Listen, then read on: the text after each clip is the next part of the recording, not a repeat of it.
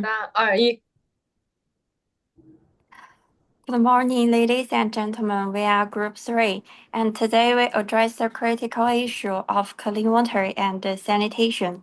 Despite being fundamental to life, nearly 2 billion people globally rely on contaminated water, leading to severe health, social, and economic challenges.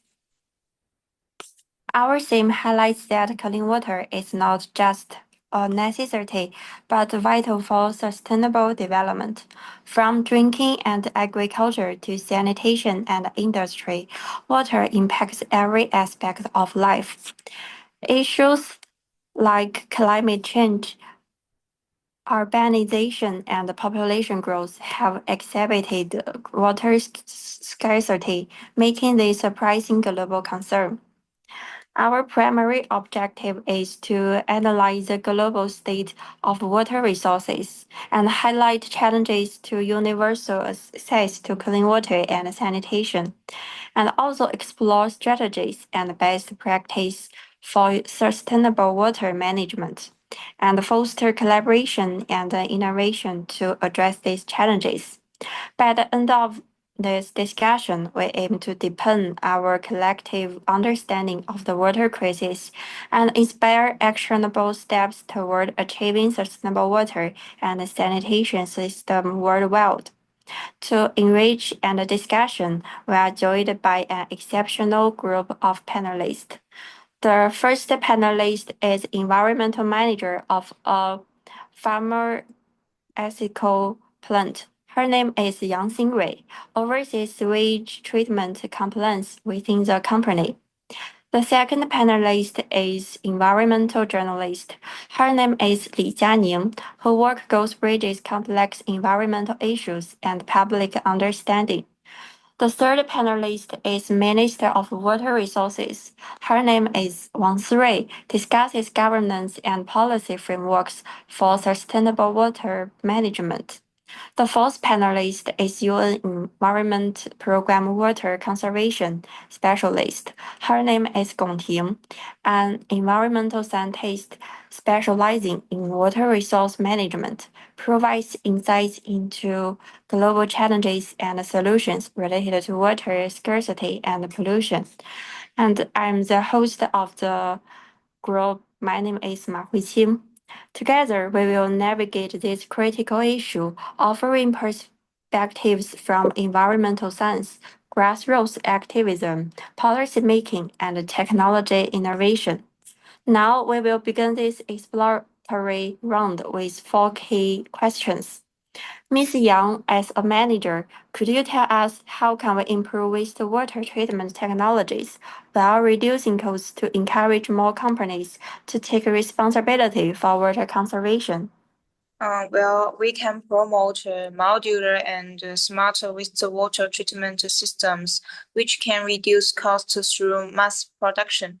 The second is leverage digital tools like AI to optimize treatment processes, reducing energy consumption and operational expenses.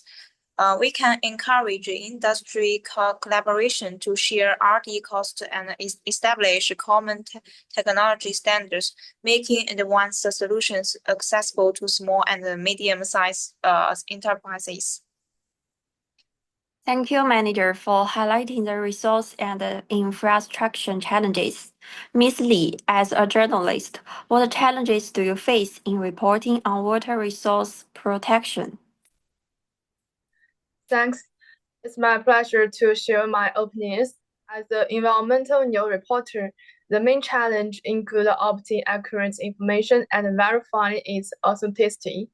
Water resource protection involves multiple factors, and journalists need to conduct field investigations, interview experts, and consult government departments to ensure accuracy. However, information sources are not always transparent, especially when dealing with government and corporate entities. Other change is public attention. While water issues are critical, many people focus on more immediate social concerns. Therefore, we need to engage the public with compelling stories and data. Additionally, reporter may face pressures from business and governments, and sometimes encounters threats or obstacles, requiring us to uphold professional integrity and maintain independent reporting. Yes. Thank you, Ms. Li. As we increase the social attention, we must also consider the policy and governance frameworks that underpin sustainable water management. Ms. Wang, as a policymaker, how can governments create effective frameworks to address clean water and sanitation issues? Okay, thank you, moderator. Governments play a crucial role in ensuring equitable access to clean water. Strong policy framework must prioritize the investment in water infrastructure, regulation to prevent pollution and promote sustainable agricultural practice to conserve water. Cross-border collaboration is also vital, especially for managing shore water resources like rivers and lakes. Governments must partner with the private sector, NGOs, and community to create inclusive policy that balance economic growth with environmental sustainability. Transparency and accountability are essential to build trust and ensure efficient use of resources. Thank you, Ms. Wang. Dr. Gong, as an environmental scientist, how do emerging technologies help UNEP improve water resource management? Thank you for your question. I think remote sensing technology check water resources in real time through satellite monitoring, observing their distribution, flow, and pollution diffusion. It also evaluates the impact of water resource development on ecosystem, such as wetland and forest. Optimizing management strategy. Artificial intelligence analyze climate and historical hydrological data, enabling predictions and early warning for extreme events like floods and droughts. Additionally, machine learning enhance agriculture irrigation and urban water supplies efficiency. Could computing and lot technologies integrate data from remote sensing, meteorology, and ground observation, enabling global real-time water resource information sharing to support scientific decision-making? This technology not only help formulate data-driven policy recommendations, such as prioritizing resource-scarce areas, but also significantly enhance unit nation environment programs' capacity for scientific, efficient, and sustainable water resource management. Thank you to all our panelists for their insightful contributions. Together, these perspectives underscore that achieving universal access to clean water and sanitation requires a holistic approach, one that integrates science, technology, social involvement, and strong leadership. Let's move on to the next part of our discussion. In this round, we will explore how relationships, whether between industries, social, or organizations, can play a pivotal role in addressing water-related challenges. Now we will hear from panelist 1 and panelist 2. Let's begin. Ms. Yang, are current water resource management technology sufficient to address future water crises?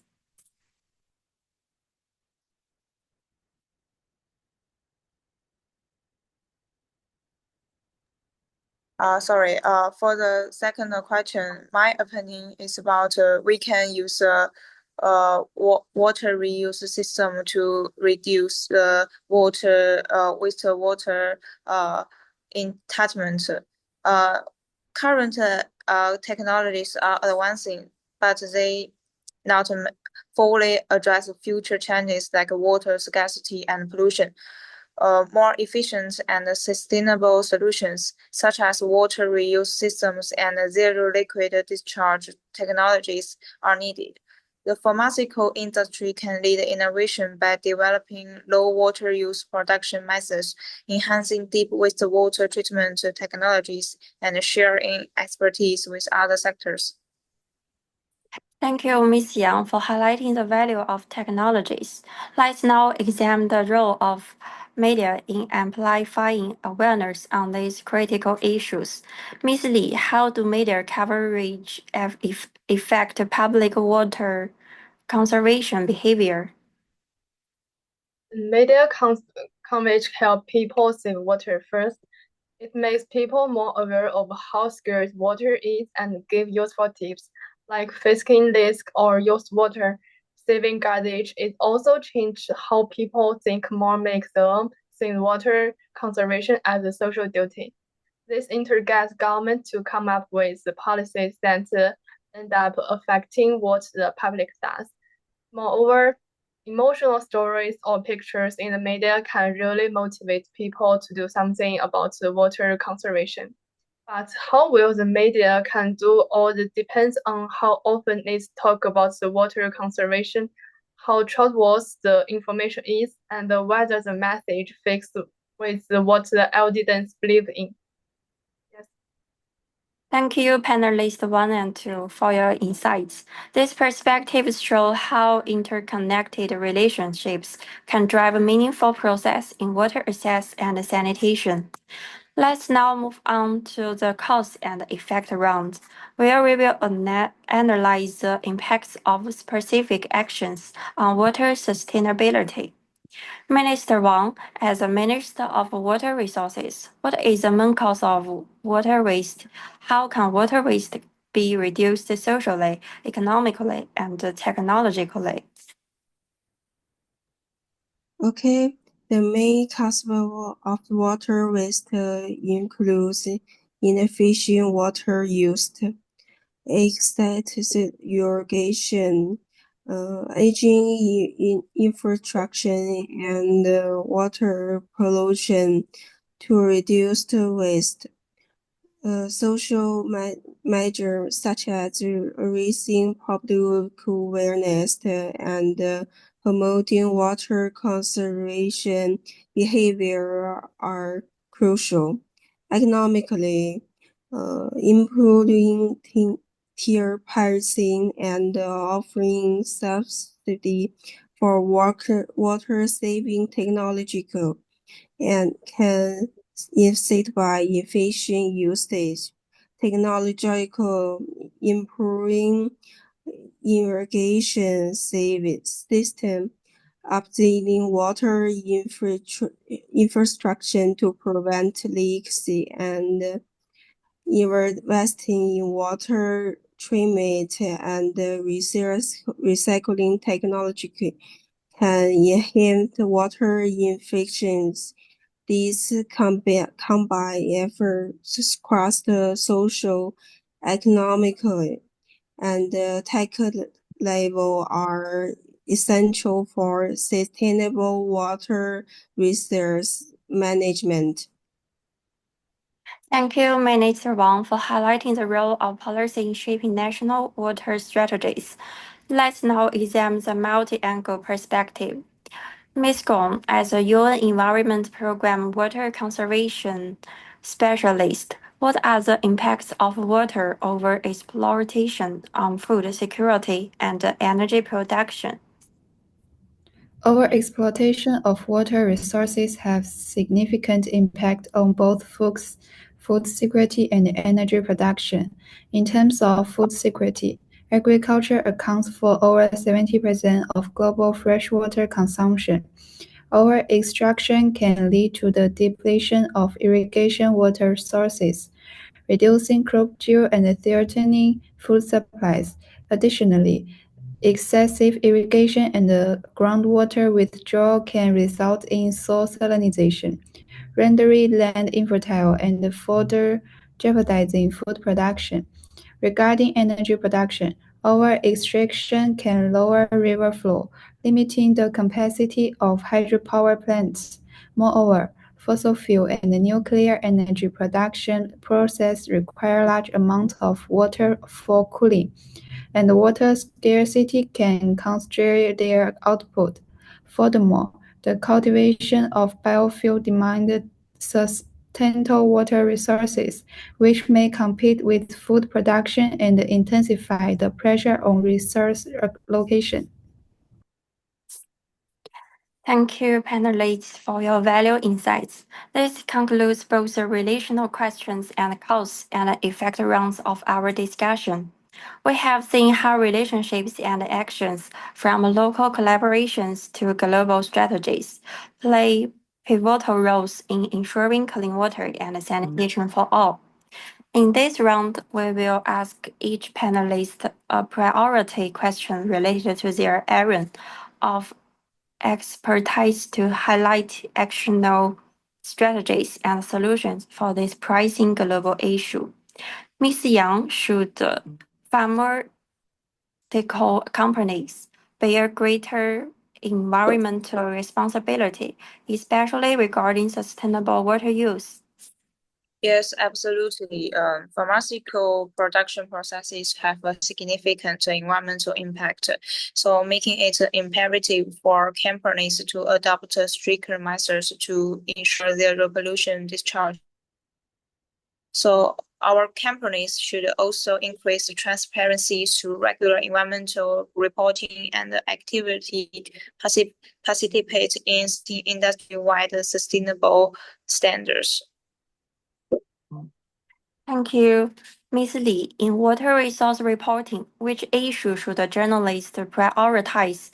Pollution policy or conservation? Thanks for your questions. In water resource reporting, the priority issues depend on the situation. If a region water pollution is severely impacts the environment and public health, pollution should be prioritized. If a government is implementing key policies, journalists should focus on how these policies are being exhausted and their outcomes. Long-term risk awareness about the water conservation is equally important, as it helps foster responsible behavior and sustainable practice. Journalists need to balance these issues depends on the urgency of the situation. Thank you. Ms. Wang, what policies and projects should be prioritized to achieve maximum benefits in promoting sustainable water management? To achieve maximum balances in sustainable water management, priority should be given to policy and projects such as enforcing string water conservation regulation, promoting water saving technology, and raising public awareness to efficient irrigation methods like drip and micro system should be well widely adopted to reduce the water waste in agriculture.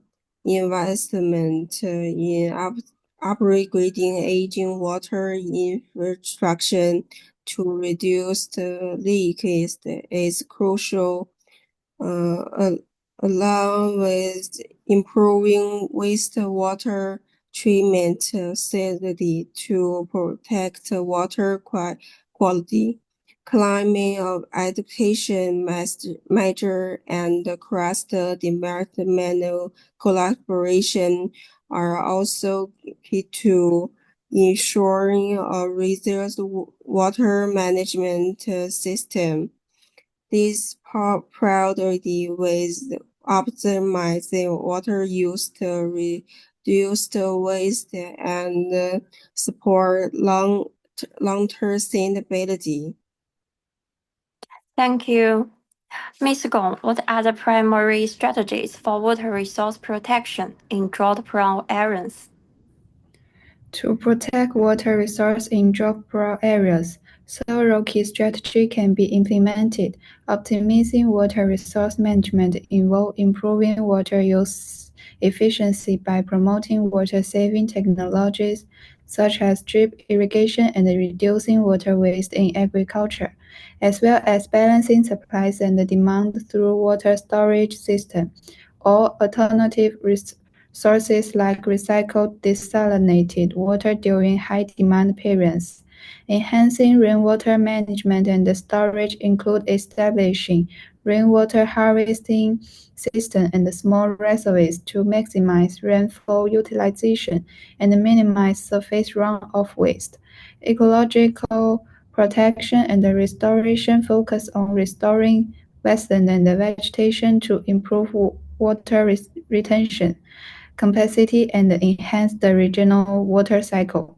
Additionally, police support and international cooperation are essential, with measures such as mandatory water-saving policies, pricing mechanisms, and the transboundary water resource agreement to address conflict arising from drought confidence. That's all. Thank you. Thank you to all our panelists for their insightful response. Thank you all for participating in today's vital discussion on clean water and sanitation. Let me summarize the key points that emerged from our conversation. During our exploratory round, we uncovered several fundamental challenges: the need to improve wastewater treatment technologies while making them cost effective, and the challenges in communicating water resource protection to the public, and also the importance of effective government frameworks for water management and the role of emerging technologies in UNEP's water resource management. In the future, our panelists reached a consensus on several critical points: the necessity of a multi-stakeholder approach to water management, and the importance of technological innovation balanced with cost considerations. And the third is the crucial role of public awareness and media engagement. The last one is that the need for stronger environmental responsibility from industrial sectors. I would like to express our sincere gratitude to our distinguished panelists. Your diverse perspectives and expertise have provided valuable insights into this critical global issue. To our audience, thank you for your attention and engagement as we face the challenges of ensuring clean water and sanitation for all. Your participation in these discussions is crucial. Together, we can work toward a future where clean water is accessible to everyone. That's all. Thank you. Thank you.